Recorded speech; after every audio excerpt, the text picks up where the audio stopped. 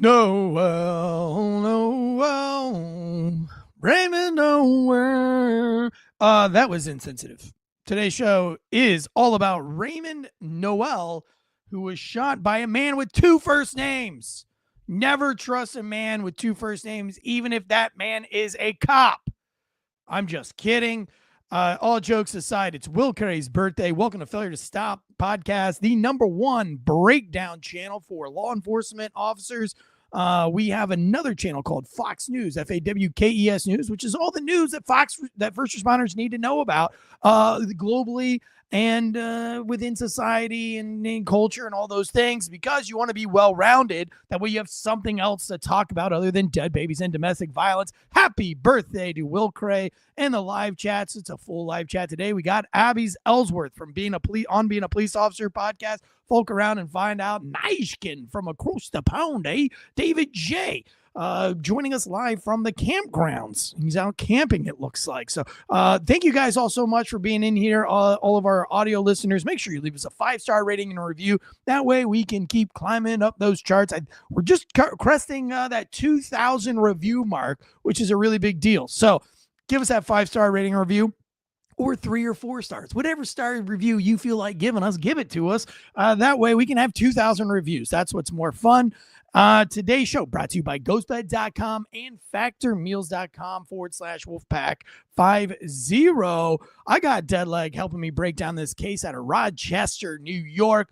But first, let's do an intro. Take it away, Joshua. The growing calls across the nation to defund the police. To end policing as we know it. Off the charts violence in New York City. 11 people shot in just 8 hours on Sunday. This is Sunday. about the police officers who every single day put on that uniform and they run towards danger when we run away from it. Man, that intro gets me jacked up every time. Pumped up every time. I'm 3 cups of espresso in this morning. Just to let you guys, listen, maybe follow me on social media. Maybe you don't. Maybe you're not in my life.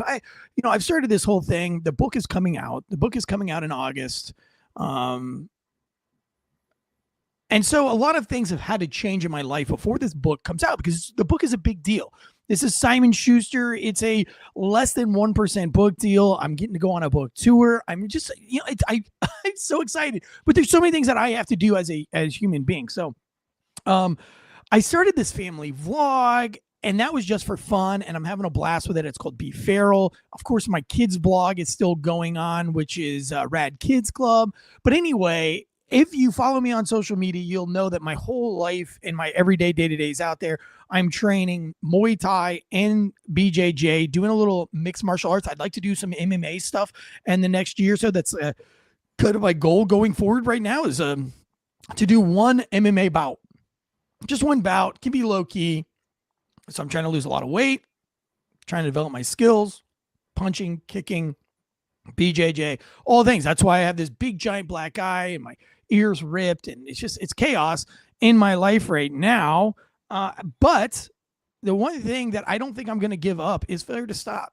I really just enjoy this show a lot, Josh. I enjoy my Fridays with you. But anyway, because of all of that stuff, I am just ODing on Nespresso right now. So I'm lit, bro. I'm lit. Yeah, I am. Look, no, I'm 40 years old. I have got no TRT. I'm taking no testosterone. I'm taking no supplements. I am not. Okay, so the only supplement that I'm taking, if anybody gives a shit, is I do a carnivore-based protein shake once a day, maybe twice a day.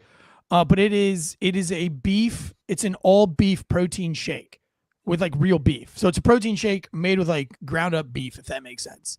And I'll put a picture of it on my on the Failure Stop storyboard. So if anybody wants to use it, I don't know, but it's like 50 grams of protein per shake.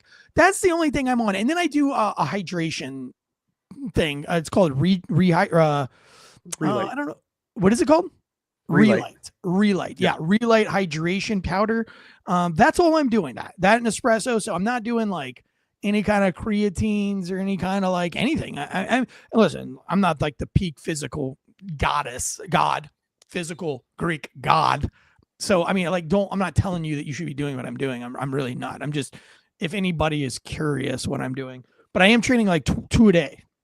So I'm trying to do jujitsu 4 days a week. And then I'm doing Muay Thai 2 to 3 nights a week. So sometimes that happens to be like a 2 a day, which is a lot of training, but it is a lot of, it's a lot of fun. I'm in a good spot. I'm in a good head spot right now. Good head space, getting ready for the release of Piglet and a Seriously Funny True Story.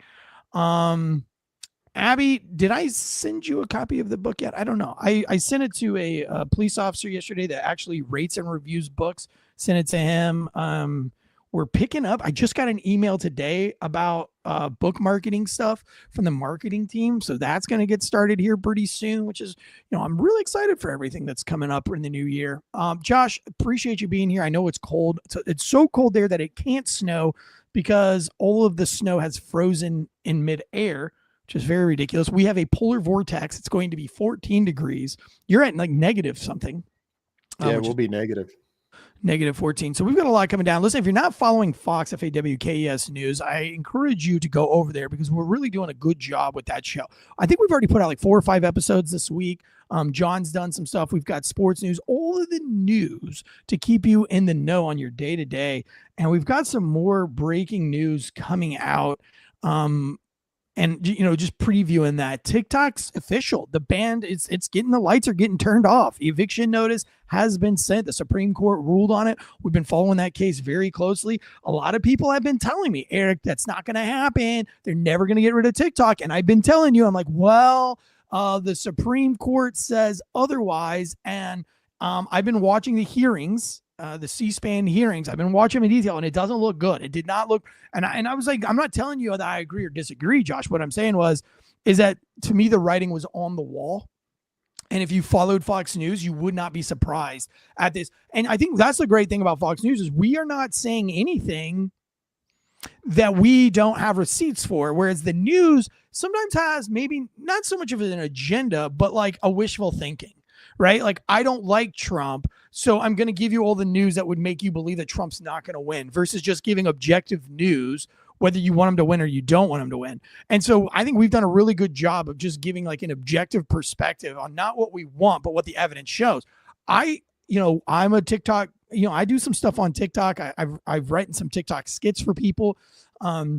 And I've been doing some work on TikTok with my own vlogs and all those things. So it's not like I really wanted it to go away, but the writing has been on the wall and I've put that out there. And then it was funny to see Tim Pool and what's the guy who was just on Tim Pool this week? He's the guy, he's been making his rounds. He was just on Joe Rogan too, but oh my God, look it up really fast for me.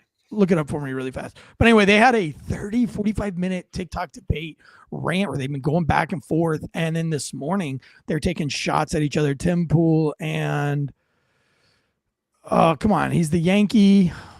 Help me, Josh, help me. Google won't come up fast enough. Google it faster, Josh. Google it faster. Somebody help me in the live chats here. Anyway. Yeah, I'm sorry. I'm not able to find it. Sopolis, come on. Oh, gosh. All right, I'm going to do it myself because he's going too fast. Simcast, it's this last video too. It's, I don't know. I somebody knows, but it's not me. All right, anyway, we'll move on from that. That has to do with Fox News. Anyway, it's the guy, it's going to drive me nuts. He's on Instagram. He's really, really popular. He does a whole bunch of rants. Biden rants, conservative rants. You know who I'm talking about. He was on Gary V too. Actually, you know what? Just if you go to Tim Pool's podcast, you'll see that he was the last one up. I can't believe nobody in the live chats has helped me out here on this. And I apologize to all the cops in their cars that are like, just get over it, Eric. I can't. That's not how my brain works. My brain works different than yours. Did you have it yet? No, I was trying to see. All right, I'm going to tell you right now. Keelan Lease. No, that's the George Hill, Kyle's. No, it's right here. It's right here. It's Bobby Sauce. Bobby Sauce. Sausalito, Bobby Sausalito. Come on, you know Bobby Sauce. Gosh, dog, you know Bobby Sauce. You know Sausalito. He was on Drinking Bros. He was on Joe Rogan. Bobby Sauce has been everywhere. Anyway, they're having like a little debate back and forth on the whole TikTok thing. I think it's great. All right. You know Bobby Sauce. I remember. Yeah, I remember his face now. You remember. Bring it up. Show his face for the YouTubers that are like, what? Oh my gosh, what the hell? Yeah, there we go. Bobby Sauce, Big Blue, Bobby Sausalito. I'd love to get him on. I'd love to have him on a Fox News segment. I'd love to just do some stand-up comedy with him. I think him and we kind of rant the same way, which is he does a lot better job on social media rants. But I think I would, pretty good in person. Tactical dude, good to see you this morning. Welcome back to the live chats. We've got a big breakdown for you guys today. Today's show brought to you by ghostbed.com/Wolfpack. Sleep so good, it's scary. It's a little scary right now because that cooling technology in subarctic weather has been a little bit ridiculous. The cool side of the pillow is not as fun as it is in the summertime. By the way, I am not on cocaine. My nose is running because obviously it's busted and I have a black eye. So for those of you just watching, just listening, I have a big black eye, my ear is ripped, and my nose is a little bit swollen and crooked because I've been getting my face bashed in. But anyway, and it's cold. So I hit him. Not doing coke. I'm not doing cocaine. Just doing espresso. Anyway, the ghost bed has been very, very cold at night. And it's like when you find that one spot and you get that one spot warm, you don't want to move off of it. Definitely don't want to move off of the pillow. On my family vlog, we did a little camping thing in the frozen tundra of North Carolina, some cold weather camping. We were trying out the new Ozark Trail bell tent, and Nishkin pointed out that he saw the ghost bed pillow in the tent, which is funny because another kid was joining us, and my kids, I guess one of the spare pillows in our pillow closet is an old My Pillow. From a thing that we did with My Pillow years and years and years ago. And so I guess this kid grabbed that pillow out of the closet, and my other three sons were shaming him. They were pillow shaming him. I actually had to step in and put a stop to it. I said, we don't pillow shame. We do. We pillow shame, but within reason. We don't want to be too mean. But they were like, peasant, and you're My Pillow. What a fucking peasant, what a queer. No, I'm just kidding. They didn't say any of that, but they did give some shit about the My Pillow, which I was proud of because I was like, damn, my kids, they're like up on that ghost bed train too. Also, we have factormeals.com/Wolfpack50. I'm on that meal plan, dude. Calorie conscious. I was protein heavy for a year. Now I'm calorie conscious because I'm trying to get under 200 pounds. And Factor Meals is got a meal just for you. You want to do protein heavy, calorie conscious, you want to do keto, you want to do vegetarian, whatever. They've got something for you. These are chef prepared, fresh, never frozen, delivered right to your door. And it's in a nice little box with some, like, I don't know, they call it like Nordic ice, Greenlandic ice, dry ice that keeps everything cool. But you can do breakfast shakes, breakfast, lunch, and dinner, breakfast and dinner, lunch and dinner, whatever you need to get you through the week. They can help. Mine packages come on Tuesdays for my meal plan for the whole week. They've got like little keto desserts and regular desserts and all sorts of stuff, man. So I enjoy going through the menu. And if you don't have time to go through the menu, they just send you what you ordered last time. So it's like mindless meal planning. So all these things that you're thinking about during the day, one less thing you have to think about. It's kind of like, was it Steve Jobs that just wore the black shirt and blue jeans all the time because he didn't want to think about what he was wearing? Yeah, imagine if he had Factor Meals, which I'm sure he probably had a chef. But factor75.com, promo code Wolfpack50. All right, let's jump into today's breakdown, Josh. This is a 911 call, and there's a little bit of dispute on what 911 call, what the 911 call was for. And this is often how 911 calls go. Sometimes domestic violence can be a loud party call, and sometimes a loud party call can actually be domestic violence. In my book, I think it's in chapter 2, I respond to a loud party call, which ends up being a vicious domestic assault in progress. Woman getting her skull bashed in. It was chaos. And I went thinking that this was a college party. So my guard was down. I was just kind of like, oh, it's a loud party call. I'll never make that mistake again. Now, chapter 2, I was a rookie in the book, and it ends up being kind of a funny story, as most of the stories in the book are funny, but it's the same principles stand. From that day forward, I never went to a loud party call ever again.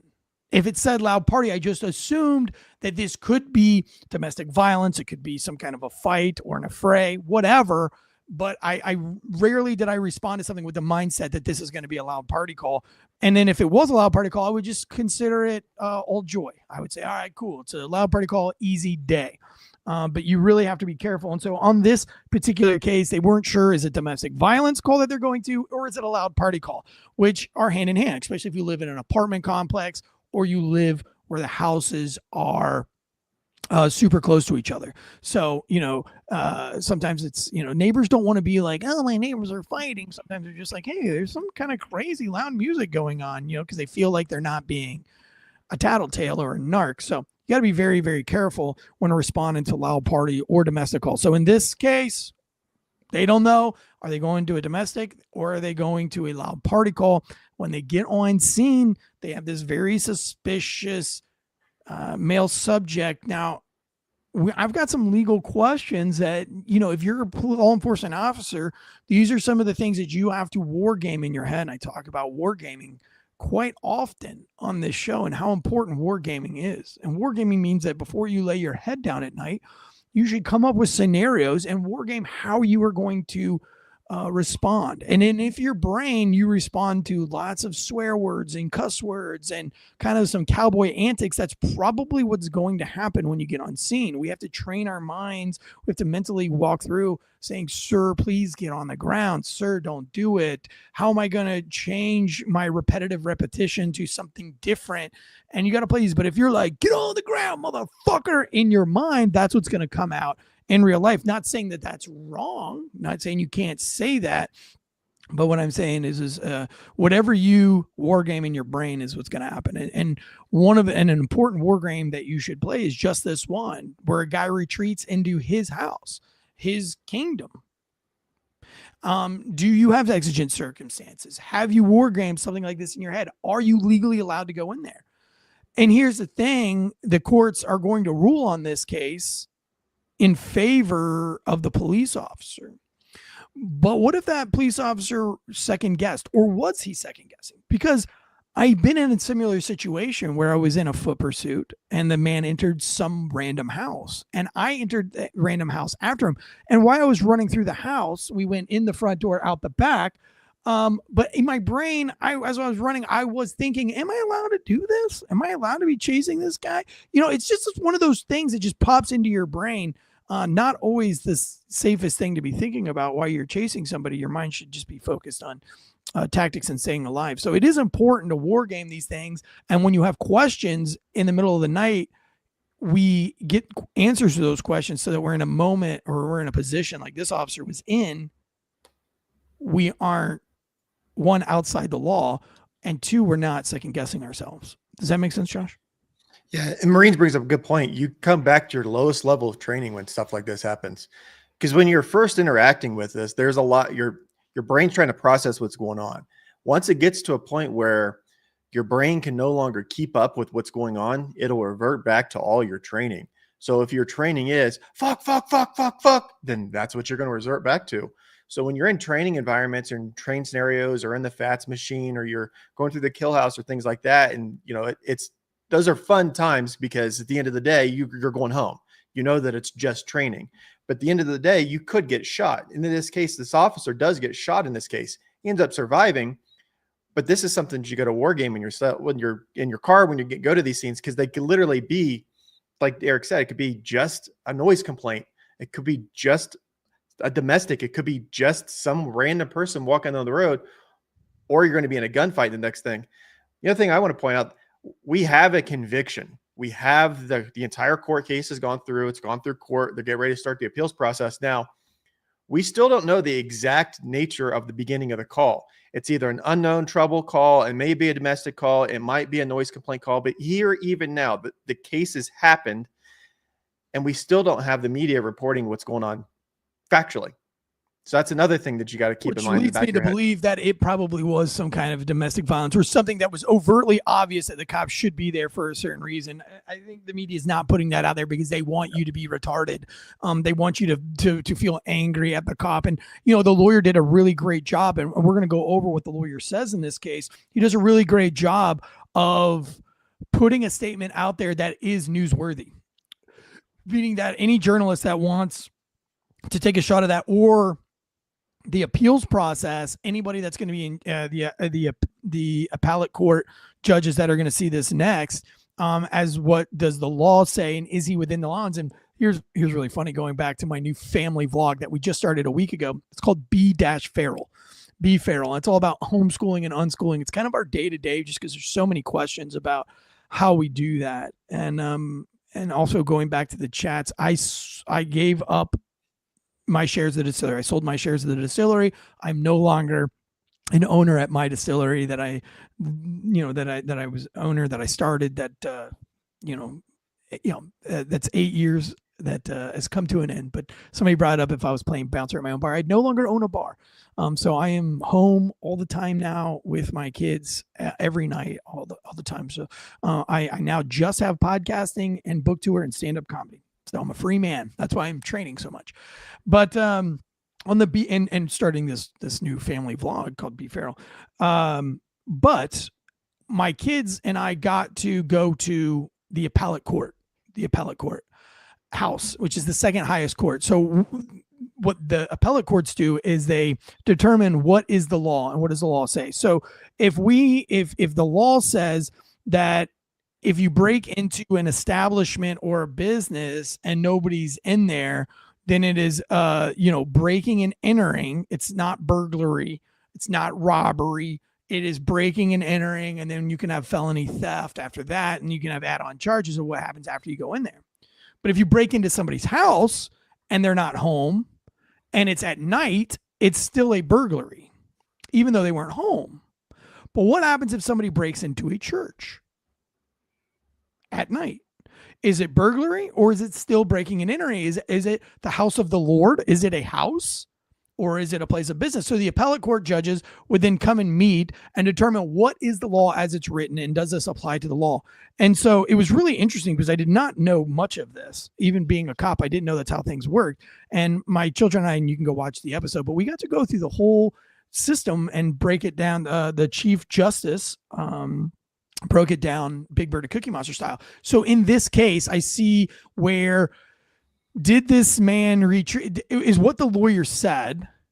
And let's go ahead and bring up what the lawyer said before we even show you, because I want you to think about this. You can blow it up. Actually, I want you to read it, Josh, because you're better at reading than I am. But I want you to pay attention to what the lawyer says. And then when we're going to play the body camera footage, and I want you to be thinking about this. How is the appellate court judges, are they going to view this case? Go ahead and read that for me, Josh. On Sunday, January 14th, 2024, Raymond Noel was at his home on his day off from work when a part-time police officer followed him down his driveway at gunpoint, kicked in the front door of his home, pointed a loaded gun at him, and then shot him through the chest. The officer conceded under oath that at trial that he possessed zero evidence of criminality on the part of Mr. Noel. But this did not deter him from violently kicking in the front door and shooting Mr. Noel point blank in the chest as he stood in the foyer of his own home. It wasn't until afterwards that he was shot that he was very nearly mortally wounded as the officer prepared to fire yet another round at him that Mr. Noel exercised his rights to self-defense rather than to be shot dead in his own home. Mr. Noel was removed by ambulance and given life-saving treatment at the hospital while the officer was treated and released. Importantly, the officer also admitted under oath that he never read and therefore did not understand the departmental rules regarding that he could display or use his firearm. The officer escalated the encounter when de-escalation was required. His choice to escalate the encounter by introducing deadly physical force and invading of the home of an East Rochester resident, resulting in tragic consequences. Unfortunately, despite clear evidence of the questionable decision-making on the point of law enforcement, the choice was made to accuse Mr. Noel of several very serious crimes. This had the intended effect of deflecting attention away from the many police failures and solely onto the conduct of the resident who responded with force inside his home to save his life after a violent intrusion by the government. After trial, where the jury was deprived of both adequate instructions, reading of one's rights to use of force and self-defense, As a great deal of evidence, including the officer's history of inappropriate and violent responses in similar past situations, Mr. Noel was convicted. We will now have to initiate the appeals process in hope of securing a second trial where he will be exonerated. So I want you to think about all of those key things that he said in here. We never want to talk about the criminal's past behaviors. We're not allowed to do that in court. We can't tell the jury about the past criminal complaints that the defendant has. But we can say all the disciplinary things that the cop has had. You know, it should be on a case-by-case basis for everyone, or not. But the courts have decided that a person's past doesn't necessarily get us to a conclusion of what happened right now. So that's on the court systems, not mine. But I think it's funny that the lawyer brings up the cop's past. But what if we could bring up Mr. Noel's past? I wonder what his past would show. I'm not sure. I don't know. I just think that's an interesting point of view. So now with all of that, let's watch the body camera and then let's decide, did the cop act inappropriately? Did he break the law? And was the outcome of this case, which finds the defendant guilty, and he is going to be 35 years to life in prison for this. Let's see what your conclusions are, and then we'll break it down by what the law actually says. There's no sound here in just the beginning. So because let me paint the picture for our audio listeners. You're correct. Go ahead and stop really fast. What we have is very suburban style homes, pretty close to each other in a Rochester areas. Everything's covered in snow. We have a black male with sunglasses, a black beanie cap, black shirt, black pants, older gentleman, probably somewhere in his 40s or 50s. Hard to sell. And the cops are making what appears to be a very cordial, we can't hear, but it doesn't look very confrontational. They approach this man between two houses, if I'm painting the picture appropriately, and they're kind of passing each other, and the cop is trying to talk to the man. The man says something. He nods yes. He's got like a cigarette in his mouth. He spits that out. Oh man, like, well, no, she happened to be here because we got a call, like some pounding on the door or something from one of the neighbors. Is everything good or? Hey, turn around, face me real quick. Hey, what do you got in your pants? Let me see your hands. Seriously, let me see your hands. Let me see your hands. Let me see your hands. Out. Come here.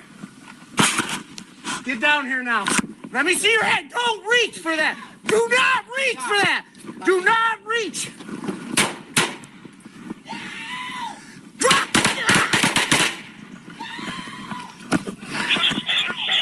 Shots fired!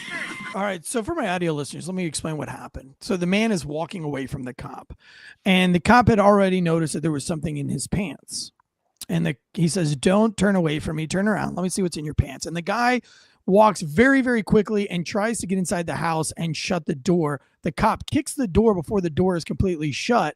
He sees the gun in the man's waistband. He tells the man not to reach for the gun. The man reaches for the gun. The cop shoots him once in the chest. The man pulls the gun out, returns fire, hitting the cop in his vest. The cop has now retreated back to the trunk of a vehicle. It's not a police vehicle. It's a vehicle in the driveway.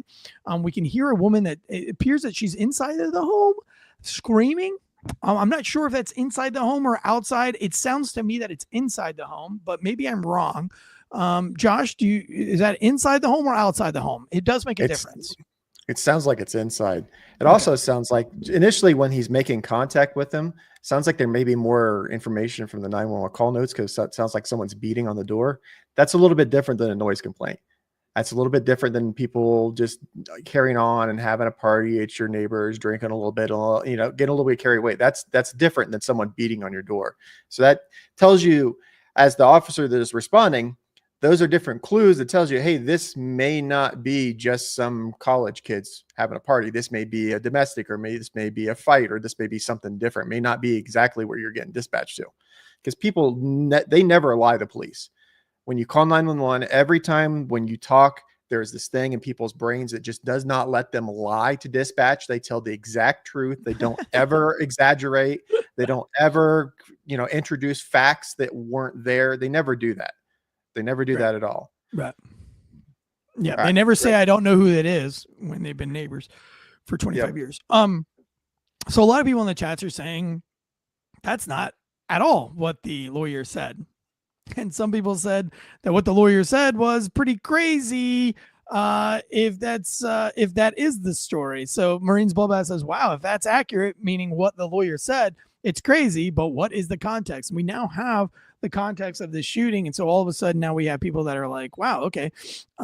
This is not at all what the lawyer, the picture that the lawyer painted, but we still do have the facts as they lie. The man is walking away from police. What do the police have? We don't even have domestic violence at this point. We don't have, what we have is some kind of loud knocking, loud noise complaint, or domestic violence. So it's basically what we call a nature unknown. We're not really sure what's going on. But so here I would start with the officer noticing something in his pants, which is going to lead to him chasing this guy down. I want to keep playing the video though, so we can get the rest of the video out. Go ahead and just push play from here. Out. Come here. Get down here now. Let me see your head. Don't reach for that. Do not reach for that. Do not reach. Drop.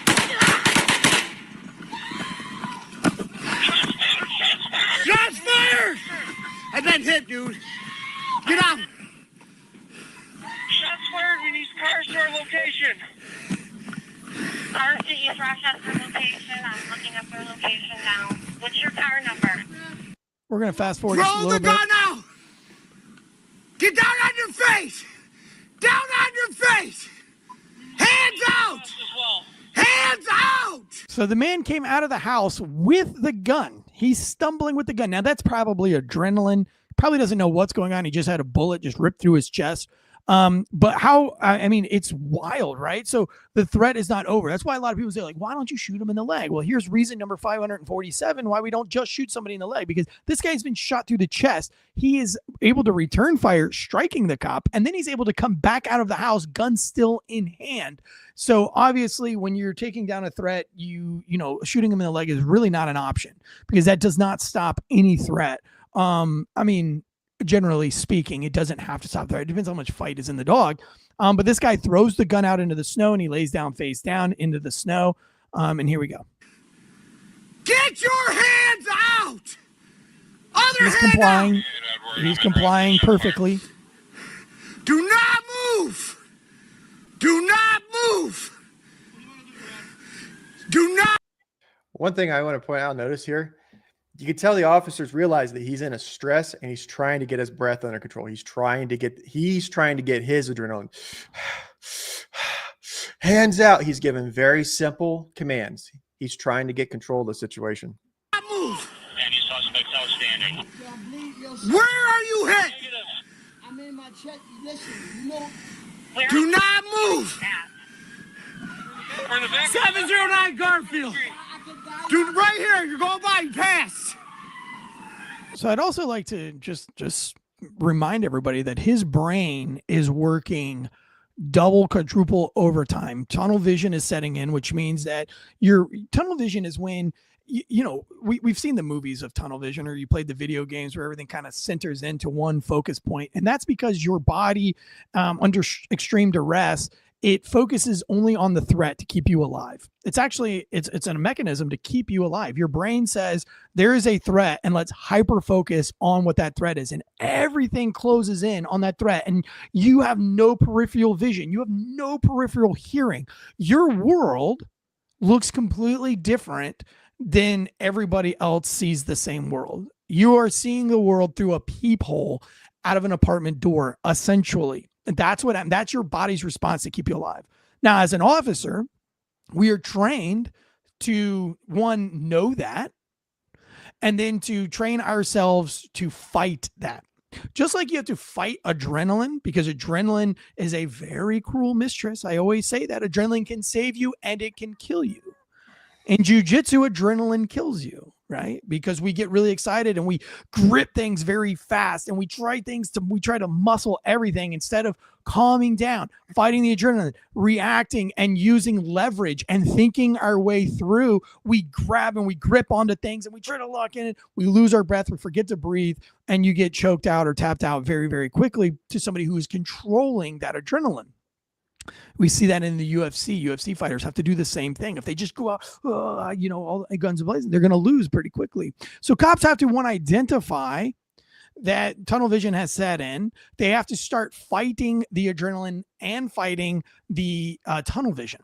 So he's thinking, I've got to get on my radio. I've got to get medics over here. I've got to figure out some way of getting the gun off of this guy. I have to approach it. I've also been shot. I'm not sure, have I been shot in the collarbone? Have I been shot in the stomach? All I know is that my whole torso is in pain right now, and I can barely catch my breath because of it. And you also are probably thinking, what's my adrenaline doing? So this guy has got more on his plate than he can possibly chew. It's like going to a Brazilian steakhouse and you forgot to turn the cart over to red and they just keep piling the meat on and you don't feel like you should leave and you end up with the meat sweats. Here we go.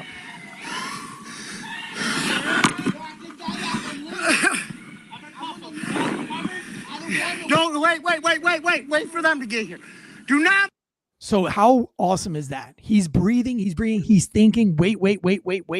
He is just doing his damnedest to fight the adrenaline, to fight that. And I'd love to see that. This is a well-seasoned officer who's been through some shit. Not a lot of people can deal with stressful situations like this cop is dealing with it. Move.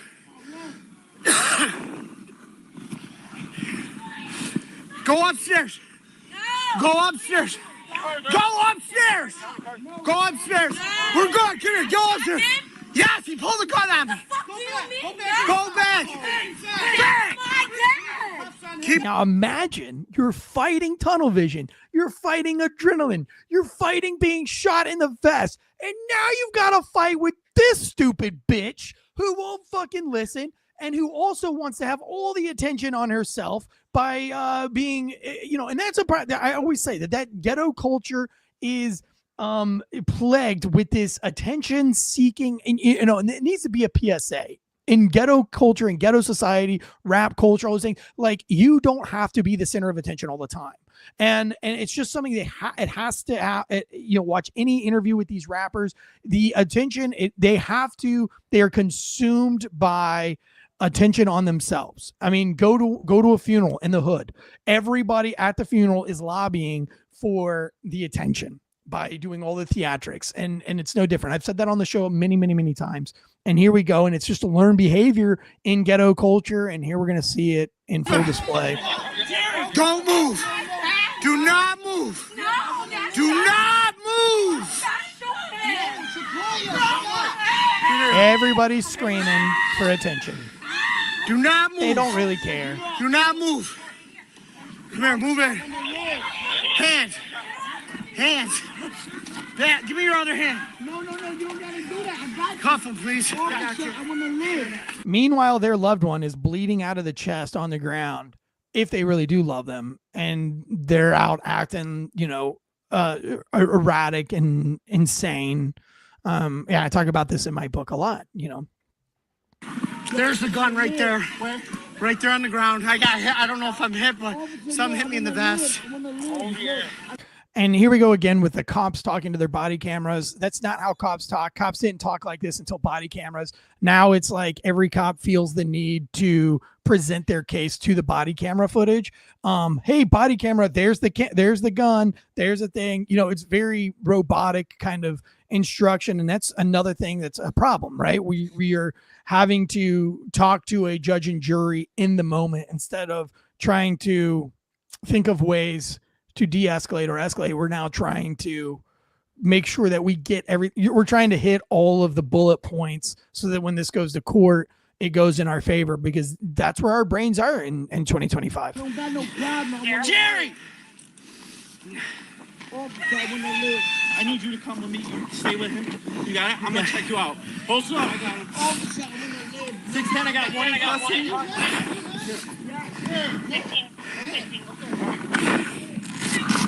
Jerry! Or Lauren. All right. My little girl is upstairs. I gotta check you. Nobody gives a fuck that your 5-year-old girl is upstairs. Like, shut the fuck up. Come here. Come to my car. Hey! No, I stopped him. Right. Yeah, we'll bring him out. I'm too old for this shit. We'll stop it there. I'm too old for this shit. I love it.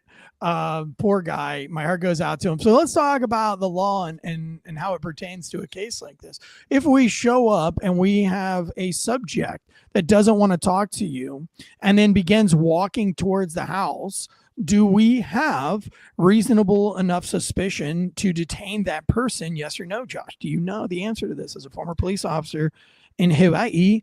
If you have a 911 call and we have a subject coming from the area of the 911 call, and do we have the law on our side to go and talk to this individual and detain him? Things that I'm going to want to know or try to ask questions about too. Do we have prior history here? What's the 911 call? What's the actual 911 call? Is it a noise complaint? Is it someone inside the house? We have a nature unknown. We have a nature unknown, just as we have it right here. We have a nature unknown. It could be domestic. It could be loud party. We don't know. It's a nature unknown. But you come across this guy who's coming from the address that we have a 911 call for, and he is walking away. Do we have enough to stop and detain him for a moment?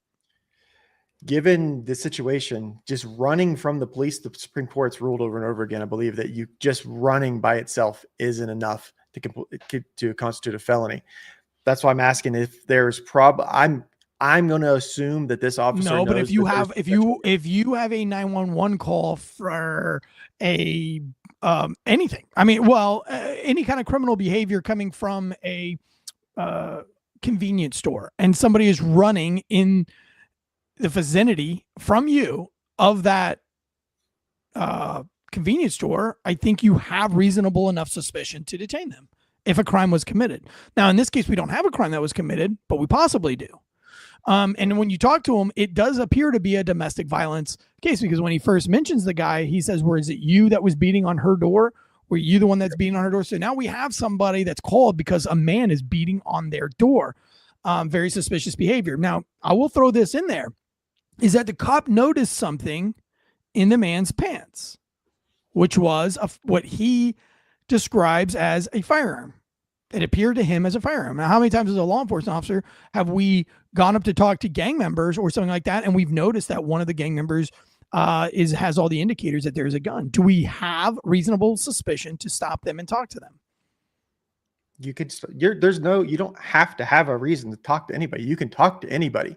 And then in the course of talking with someone, hey, you mind if I pat you down for weapons? I don't have to. No. Okay. But what does it pertain in this case? In this case, do you have reasonable enough suspicion to talk to this character if the 911 call is a possible domestic violence case? Yes. I think so too. And I think in this case that you have more than enough to articulate that this appears to be a domestic violence case and that a crime may have been committed, and this matches, whatever description that you have. And obviously, this was the guy. The cop's not wrong. We don't get to have the totality of this case because it's not out yet. But now that the guy is walking away and the police officer gives him, is it a lawful command to say, "What is in your pants? Turn around for me"? Does the cop is that a lawful command? Yeah, I would argue yes, that it is a lawful command. The man didn't say to the cop that he has, if he had a concealed carry, he is required to let the officer know that he has a concealed carry permit and that he is currently carrying. He doesn't do that. He doesn't put his hands up. He then tries to go inside the house. Now, did the cop have exigent circumstances to go into the house? He has a weapon. He's already not complying with your instructions and he's entering the residence.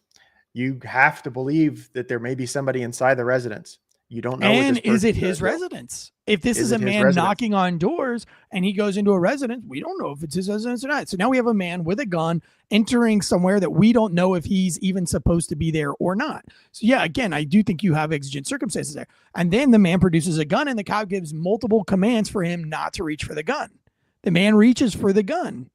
Now, it appears that this house was the man's house, but it doesn't matter. You still don't get to play home base. I'm in my home base. Now the cop has to go away. That's not how it works. Well, and then the other thing you have to understand, from the time that the body camera comes on till the time that the last round is, you're 2 minutes and 38 seconds. It's only 2 minutes and 38 seconds. That's not very long. We've discussed this entire case so far for 45 minutes, and the entirety that we've recorded is all of it is less than 5 minutes. So it goes from, hey, I'm talking to you, to, hey, I have a legal reason. Hey, you can't leave. Hey, you're being like, people need to understand that it's not so like, all right, we're going to go from here. All right, we're on the next one. We're going to go from here. All right. There's quite a few times you're going to skip a couple of those pages, and you're going to go right. You don't have to wait for him to raise his gun. If he's got a gun, you're already telling him, don't reach for the gun, and he's reaching for the gun. Don't grab the gun, and he grabs the gun. He's already displayed more than once that he's not following your commands. The police do not have to wait for you to shoot at them. If you have a gun and you start to present it at them, they're able to shoot at you first. I'm so sorry that that's the way it is. But that's the way it is. You know how this doesn't enter into a gunfight? One, don't have a domestic. Let's just start there. Two, when the police get there, just listen. When we get there, we want to do as little as possible because we want to get back to doing all the other paperwork for the rest of the shift that we already don't want to do. Cops are lazy people. We're lazy. You might have a couple of studs out there and they're on SWAT. But the rest of us, we're lazy people. We want to come in, just get through the shift and go home. We're not out there to just try to ruin your life. We're out there responding to a radio call and someone has a gun. We're responding to the society. We're responding to what's going on out there. We're definitely not doing what this attorney said. That good luck in appeals, I'll say that. But we're Right. definitely not doing that.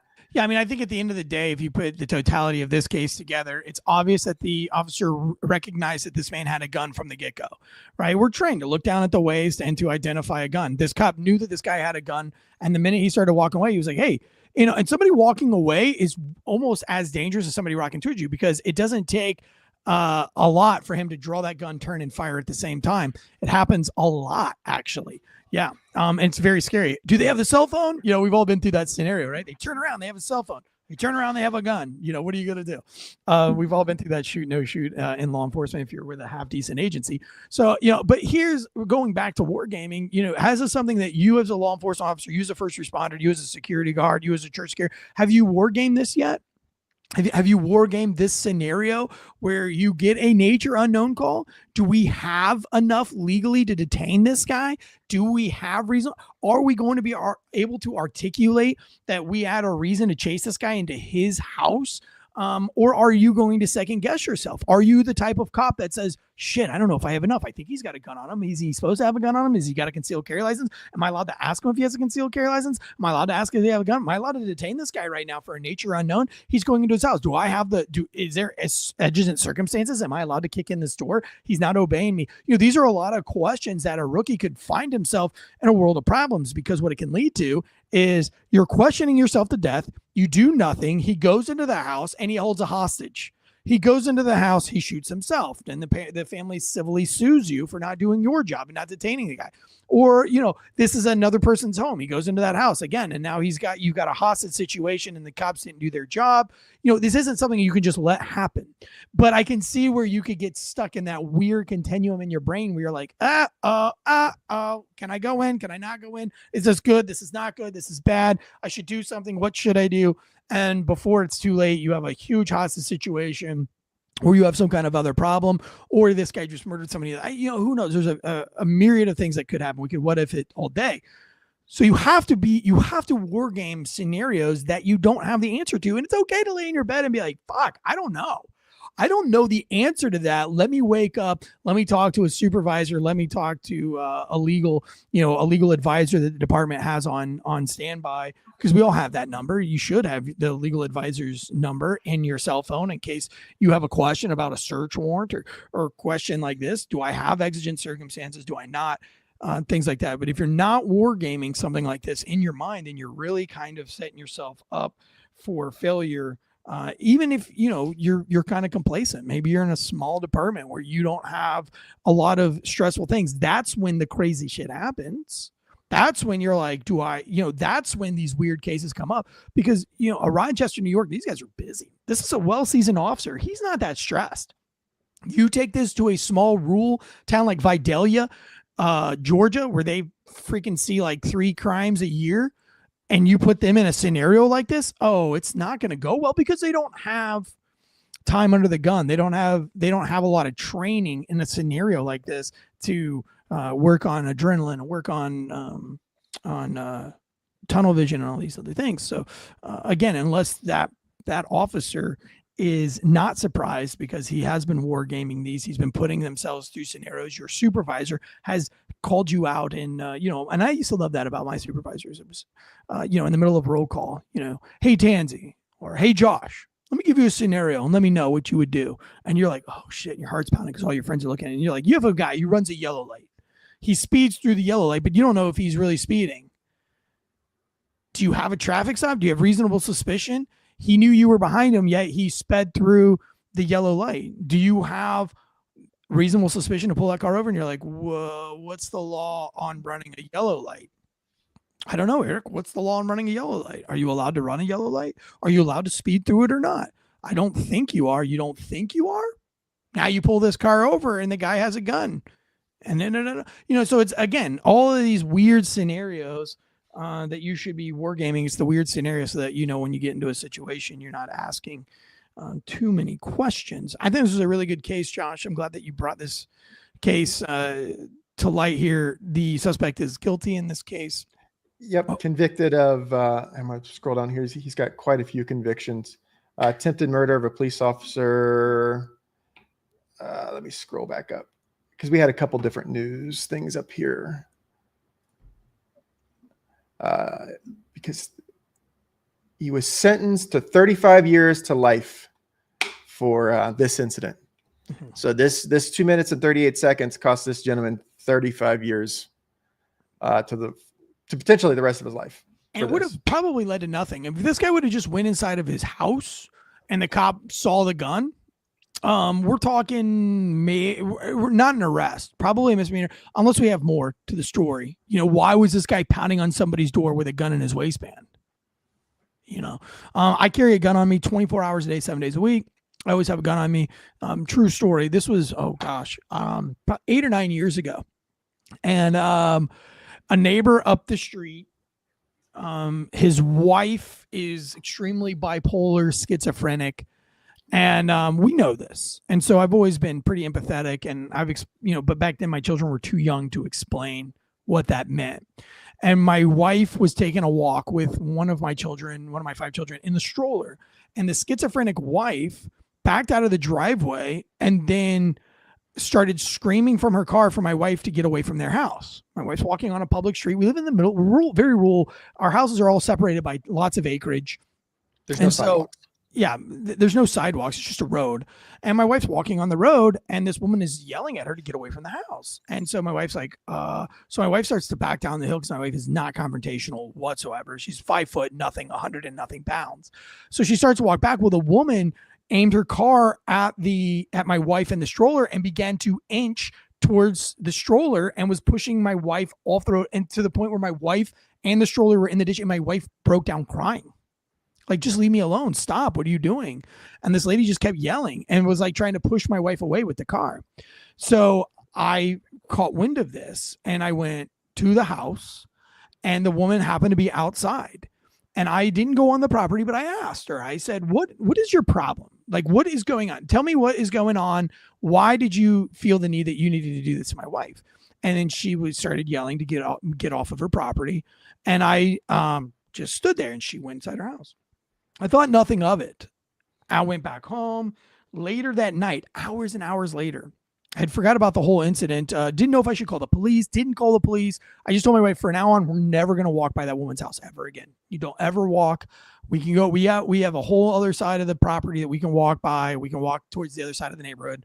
Let's just stay away from her house altogether. And that's the way we kind of left it because she's batshit crazy. That's all. Well, there was a pounding on my door. Boom, boom, boom, boom. And I'm like, what the frick? So I have my gun on me and I pull my gun out and I put it behind my back and I look through the people and her husband standing at my door. Boom, boom, boom. And instead of opening the door with my gun or, I kept the gun behind my back and I said, hey, can I ask you what you're doing pounding on my door? And he said, I'm here to talk about what happened between you and my wife today. And I said, do you have any weapons on you? And he said, what? And I said, do you have any weapons on you? And he said, no. And I said, show me. And he showed me. And so I put my gun down and I opened the door and I went outside. And that's how you deal with things, right? If there's going to be a confrontation and I don't need to have deadly force with me, we shouldn't have the deadly force. If you're going to somebody's house to start a confrontation with somebody and you bring your gun, you're bringing your gun because you're there to do violence. You know what I'm saying? So, you're pounding on somebody's door and you have a gun in your hand. That's completely different than this man pounding on my door without a gun. I knew that if he's pounding on my door and he doesn't have a firearm on him, he's not looking to do business. He's looking to really, and he and I had a conversation. And that's when he explained to me that his wife suffers. And that's not the story she told him. And I said, sir, I know that your wife suffers from schizophrenia. I know this. And I did not talk to your wife that way. I did not say those things to your wife. But she did try to force my wife, and she did force my wife into a ditch with her car in a very threatening manner. And that's something that's unacceptable. Now, I've told my wife and my children that we will no longer walk anywhere near your house. But you should do us all a favor and try to get your wife some help, or at least be empathetic to knowing that, there's two sides of the story. And he said, there is. And I said, I appreciate you coming down here without any weapons, because if you would have come down here with a gun beating on my door like that, I simply would have retreated to the back of my house. I have a little safe spot. My family knows where that's at. Everybody get to the safe spot, which is basically one way in and we have a way out, and I can shoot you way before you can shoot me in this area of my house. And that's where we would have went. We would have called 911 and hopefully the cops would have came. But if he would have entered my doorway and made his way all the way back to my room, he would have been fucking dehearted. Neichkin sending 65 bones from across the pond in a super chat. It says, Eric, what's in your pants? Does it count as deadly force? Funny story is, and we'll get out of here, 2 minutes left for a funny story. I did one time pat a guy down. I felt something very hard in his pants, and I slammed him up against the hood of his car, and I kept my hand on it, and I said, what's in your pants? And he bounced his boner. He had a boner, and he bounced it. You know how a man can bounce or flex his boner? And he said, it's my dick. It's my dick. And he bounced this boner in my hand in the parking lot of a cookout as I pressed him up against the car, all on body camera footage.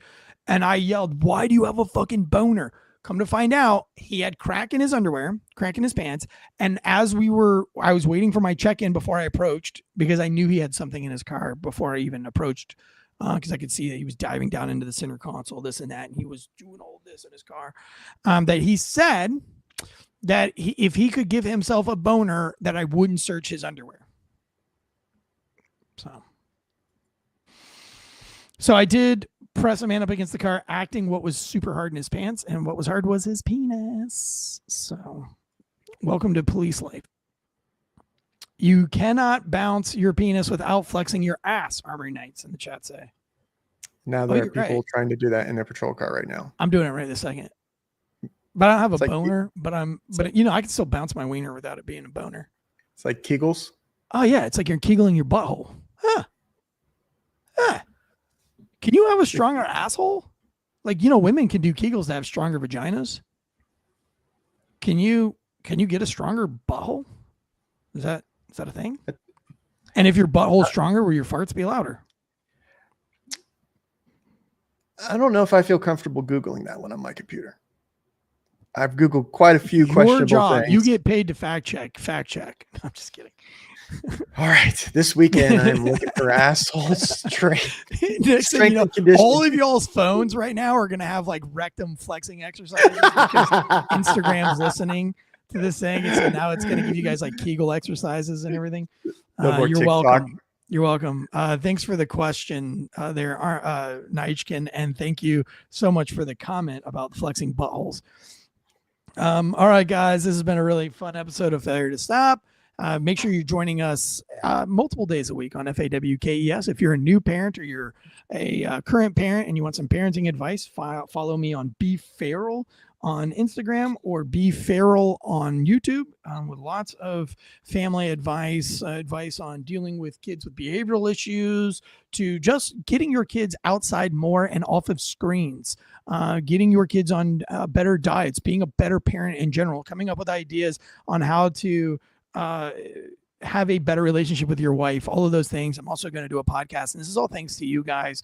I'm really focusing on 2025 on what works and what doesn't. And Fox News has always been something that works. You guys have always loved it. That's why we started it. And the number one message that I get, the number one theme is parenting, people asking me about my children and my parenting techniques and my wife.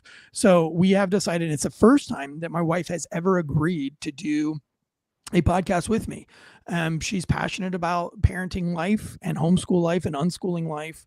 And so we're going to start a Be Feral homeschooling, unschooling podcast with just all sorts of advice, parenting advice and marriage advice from a couple who I think of all the things I've been good at in my life, parenting and being a good husband is one of them. So I'm not perfect, but I'm pretty fucking good at it. Hydro Man Blue says, where do we get the book at? Again, one more time. You can go to Amazon if you want, Barnes and Nobles, Books of Millions, Simon and Schuster. You can go on their website, but Amazon, I think, is probably the number one way. The book comes out in August, called Pig Latin, a seriously funny true story. And I appreciate all of the pre-sales. And I have an email list. So I have a whole big thing of everybody that was on the email list who Instagrammed me over the years to be on that email list. You guys are all going to get emails within the next month with some pretty special bonuses that are going to come in for being a day one supporter. If you still want to get on that email list, it's probably the last time I ever mentioned that because I haven't really mentioned it in over a year. But I think we have just over 300 and something people on that email list, 400 something people on that email list. If you want to get on that, then you have to DM me on Eric Tanzi Official, and you have to DM me your email address. You don't have to say anything else. Just put your email address in there, and I'll know what it's for, and you will be added to that list. And the only thing that's going to be on that email list is instructions on book tour, where I'm going to be next, how to assigned book by me, how to get probably a free audio version of the book if I can work it out with Simon Schuster, or at least a different version of the audiobook just for you guys. But there will be some perks and maybe some artistic prints from John Bates will come in the mail to you guys. So if you want one last chance at that, then DM me your email address. All right. From everybody here at Failure to Stop, guns up, giddy up, stay safe. We'll see you on the next one. See ya.